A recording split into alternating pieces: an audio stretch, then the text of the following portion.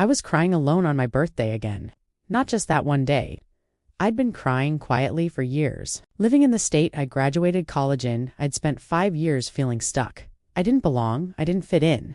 I'd bought a house on the eve of a pandemic, and instead of giving me roots, it became an anchor. My house, a symbol of the American dream, was the thing keeping me from mine. I tried escaping to Seattle. For a few months it felt like maybe that was the answer. But $2,500 rent was a daily reminder that joy might cost too much. I kept going back to convince myself it could work, but the endless gray days and the numbers on my spreadsheet said otherwise. Tennessee was next, and that turned out to be a little worse than where I was already living. Philadelphia after that. Philly actually sparked something in me. A place that felt modern, rough around the edges, and alive in the way I craved. Plus, dairy-free pastries everywhere. I was in love. But love doesn't always add up. I'd built elaborate spreadsheets ranking towns by affordability, community, nature, and vibes. Many places scored high, but I couldn't justify the cost, especially if I wanted to retire early. Then one day, I stumbled across Tulsa Remote. They would pay me $10,000 to try out their town for a year. It spoke to everything in me. My spreadsheet brain, my yearning for change, and my deep need for connection. Social programming, meetups, Slack channels, bingo, and camping. It was like someone designed this program especially for me. I applied the same day. Getting accepted felt electric. The only catch was my house. If Tulsa didn't work, I'd need a safety net. That house was hella cheap, friend. Because of it, I had just $13,000 a year in core life expenses. It was my fire fallback plan.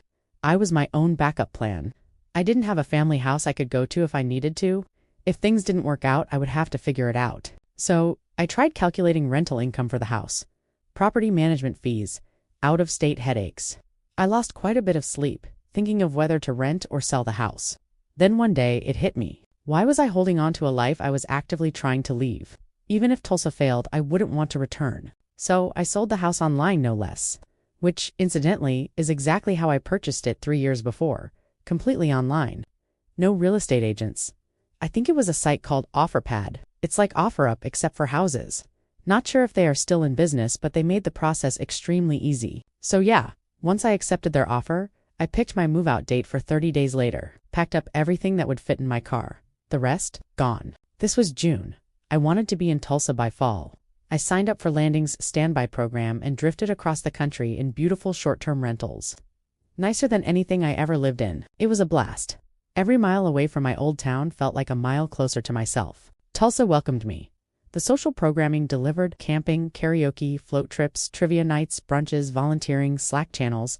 I met community leaders, made new friends. I felt happy all the time, except at work. My living expenses rose a bit because I stopped living ultra-frugally. But Tulsa made that possible. I got to live in a cool downtown apartment and still stay on track. By then, I'd already hit my lean fire number, so I felt unbothered about my early retirement timeline. I was actually living, and life in Tulsa, it was magic. Seriously. I lived comfortably for about $25,000 a year, with good food, hobbies, outdoor space, and community events. There's a river, so many trails, woods for solo adventures. It's an undiscovered gem. Would I recommend it? Absolutely. Tulsa gave me a fresh start, and for someone who almost let spreadsheets get in the way of joy, this town and this chapter was exactly what I needed. If you are thinking about making a big move, or you are designing your early retirement life and looking for something that just fits better, do not sleep on programs like this. Thanks for watching.